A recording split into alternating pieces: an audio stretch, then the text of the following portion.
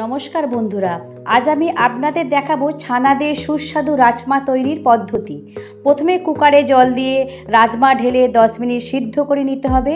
এবার হয়ে গেল, কড়াইতে তেল গরম করে জিরে গরম মশলা দিয়ে ভালোভাবে নেড়ে তাতে অল্প ফুলকপি, আলু ও ধনেপাতা কুচি দিয়ে ভালোভাবে মিশিয়ে নিন।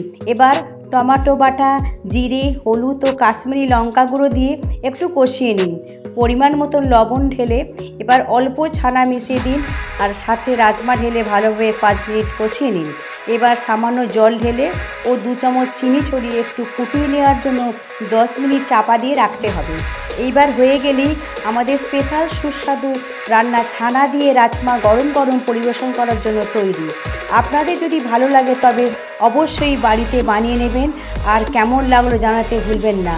এরকম আরও নতুন নতুন ভিডিও দেখতে এই চ্যানেলটি সাবস্ক্রাইব করুন আর লাইক শেয়ার করে বাকিদেরকেও নতুন কিছু দেখার সুযোগ করে দিন।